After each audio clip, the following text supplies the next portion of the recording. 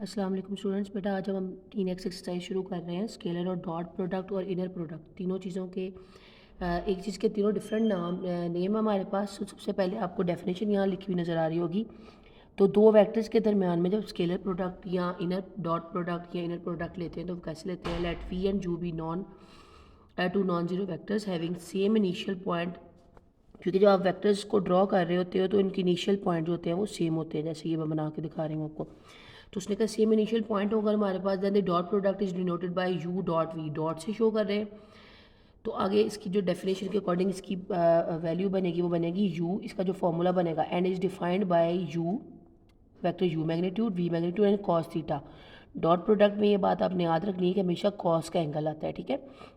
जो vector product दूसरा scalar के अलावा जो दूसरा वेक्टर प्रोडक्ट होता है उसमें साइन का हमारे पास ऑप्शन आता है और इसमें एंगल हमारे पास 0 से पाई के दरमियान में होता है। तो ये आपने इसकी डेफिनेशन देख लेनी है और साथ में इसका जो एक फार्मूला है ये आपने देख लेना है। आगे बेटा उसने कुछ प्रूफ करने के लिए कहा हुआ है कि प्रूफ दैट, क्योंकि डॉट प्रोडक्ट है हमने आई जे के तीन वैल्यूज़ को तीन प्लेन के अंदर देखा हुआ है, 3 डायमेंशन में देखा हुआ है। तो उसके लिए उसने प्रूफ करने के लिए वैल्यू की हुई एमसीक्यूज में आ सकती है आपको कि आई डॉट आई जे डॉट जे या के डॉट के वन कैसे होता है। तो आपने 3 डायमेंशन की बात की है तो 3 डायमेंशन की एक्स वाई और जी प्लेन ना लेना है और एक को आई कह देना है, एक को जे कह देना है और एक को के कह देना है। इसके साथ जब मैं आई और आई, इसका मतलब है कि सेम वैल्यूज़ के दरमियान में आप प्रोडक्ट ले रहे हो। आई डॉट आई का मतलब कि जब मैं आई और इसके आगे इसको फर्दर एक्सटेंड करूँगी तो दो जो वैल्यूज़ के दरमियान प्रोडक्ट होगा वो सेम होगा। तो इसको जब ओपन करेंगे तो जैसे हमने यहाँ फॉर्मूला देखा है कि कैसे लिखते हैं, तो हम लिखेंगे I dot I is equal to I magnitude dot I magnitude and cos. Angle कौन सा हमारे पास होगा इसमें, क्योंकि दोनों सेम डायरेक्शन में है तो एंगल जीरो होगा, एंगल कोई भी नहीं होगा। तो हम लिखेंगे कॉस जीरो। तो कॉस जीरो वन होता है और ये आई और आई की वैल्यू जो है वो वन आ जाएगी। तो I dot I is equal to one. तो इसका मतलब जब आई और आई वैल्यूज आया करेंगी वो वन हमारे पास हुआ करेगा, ठीक है। इसी तरह से हम जे डॉट जे की वैल्यू भी निकाल सकते हैं और के डॉट के की भी वैल्यू निकाल सकते हैं। मैग्नीट्यूड है ना, तो मैग्नीट्यूड यूनिट वेक्टर की वन होती है तो इसलिए हमने उसके लिए वन लगाया हुआ है और उसने बताया भी हुआ है कि आई डॉट आई जे डॉट जे और के डॉट के वन लेना है। तो जहाँ पर भी ये दोनों के डॉट आएंगे उनकी जगह उनकी वैल्यू वन लगाया करेंगे। जब तीनों वन से मल्टीप्लाई होंगे तो वन ही आएगा। इस तरह आपने तीनों के लिए प्रूफ करना, अगर आपको आ गया तो आप कर सकोगे, ठीक है। ये थे सेम वैल्यूज़ के दरमियान में डॉट प्रोडक्ट। अब डिफरेंट वैल्यूज़ के दरमियान में अगर डॉट प्रोडक्ट आ जाएगा, डॉट कह लें या स्केलर कह लें, तो आप कैसे करोगे। हमने दो के दरमियान में डिफरेंट के दरमियान में डॉट प्रोडक्ट लेना है।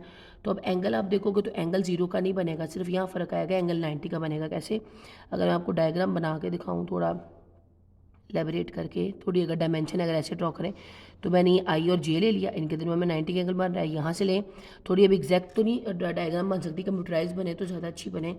तो ये तीनों को जब आपस में देखेंगे ना सेपरेट सेपरेट, तो तीनों का आपस के लिहाज से जो एंगल बनेगा वो 90 का बनेगा। आप ऐसे बनाना चाहो तो आप ऐसे बना सकते हो, तो इस तरह आपको एग्जैक्ट पता चल सकता है कि देखिए जिस तरफ से भी आप देखोगे कि तो एंगल जो आपके पास 90 का बन रहा होगा।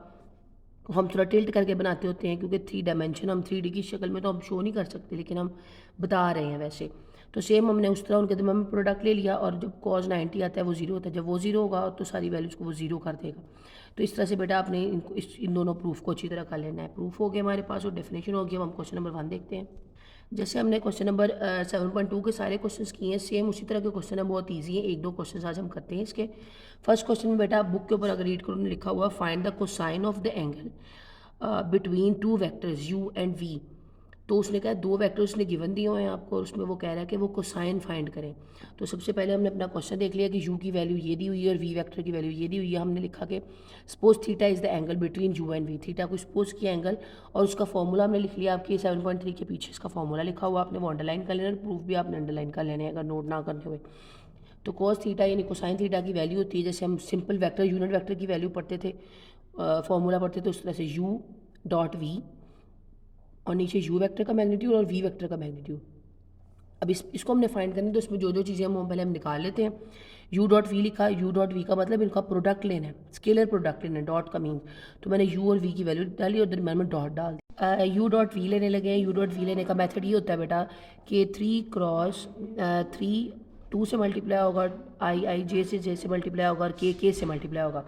मीन टू से इसमें सिंपल फंक्शन जो सेम फंक्शन है वो सेम फंक्शन से जाके मल्टीप्लाई होगा अपने वेक्टर वैल्यू से।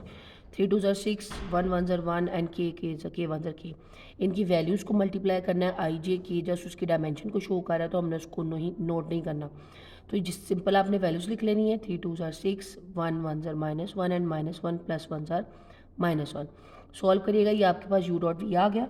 इस तरह से आपने फिर u, क्योंकि हमने यहाँ u की मैग्नीट्यूड भी फाइंड करनी है और v की मैग्नीट्यूड भी फाइंड करनी है, तो आपने u की मैग्नीट्यूड सेपरेटली फाइंड कर लेनी है और v की मैग्नीट्यूड सेपरेटली फाइंड कर लेनी है। मैग्नीट्यूड हमने ऑलरेडी डिस्कस की हुई है। फिर हमने अपना फॉर्मूला अप्लाई कर देना है। हमारा फॉर्मूला है cos theta is equal to U dot V is equal to over U magnitude V magnitude. आपने इसमें सारी वैल्यूज पुट करनी है और आपका जो है रिक्वायर्ड आंसर आपके पास आ जाएगा। इसी तरह से बेटा इसके सारे पार्ट है वो आप लोगों ने कर लेने हैं।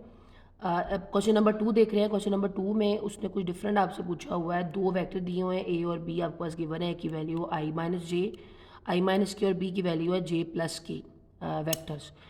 उसने ये बोला है कि projection of A along B, यानी एक वेक्टर का प्रोजेक्शन दूसरे बन रहा हो। प्रोजेक्शन की डायग्राम हमने डिस्कस की है। सपोज अगर मैं आपको बना के दिखाऊं कि एक वेक्टर ये ए है और इसका प्रोजेक्शन इस बी पर वो मांग रहा है, तो उसने कहा ए अलॉन्ग बी आप प्रोजेक्शन फाइंड करके दिखाएं। तो ज़्यादा थ्योरी में नहीं जा रहे बाद में डिस्कस करेंगे थ्योरी को। अब हम इसका फॉर्मूला डायरेक्ट देखते हैं। फॉर्मूला में उन्होंने ये कहा हुआ है, projection of A along B का फॉर्मूला ये हुआ करेगा कि A dot B over B, यानी जिसके अलॉन्ग प्रोजेक्शन मांग रहा होगा वो अपने नीचे लिख दिया करना है। और अगर इस तरह से वो projection of B along A कह रहा होगा तो जिस पर प्रोजेक्शन मतलब ए का प्रोजेक्शन मांग रहा है, ए पर प्रोजेक्शन मांग रहा है, तो ए नीचे आ जाएगा। ये आपने फॉर्मूला याद रखना है और इस तरह से आपने आगे इनको अप्लाई कर देना है। ये दो फार्मूलाज आगे याद रखने वाले हैं। अगर आप ए डॉट बी लें तो आगे ए डॉट बी लेके भी दिखाया गया है ठीक है, इनके अकॉर्डिंग। तो वो मैं बताती हूँ। क्वेश्चन नंबर 1 में उसने ये कहा है कि ए की वैल्यू थी आई और के और बी की वैल्यू है जे और के, यानी इसमें आई मौजूद नहीं है और इसमें जे मौजूद नहीं है। तो हमने पहले, क्योंकि अब मैं सपोज मैं इधर projection of A along B ले रही हूँ, पहले ए अलॉन्ग बी ले रही हूँ, तो इसमें ए डॉट बी भी चाहिए होगा और बी का मैग्नीट्यूड भी चाहिए होगा। तो पहले ए डॉट बी ले लिया, ए की वैल्यू डाली, आई जे के तीनों की सेंस में, इसमें आई था जे नहीं था, तो जे की जगह आप 0 लगाओगे। बेटा मल्टीप्लाई करने लगे, अब इसमें 0 जे की वैल्यू मौजूद नहीं थी, तो जिसकी वैल्यू नहीं होगी आपने उसकी रिप्लेसमेंट में 0 लिखना है।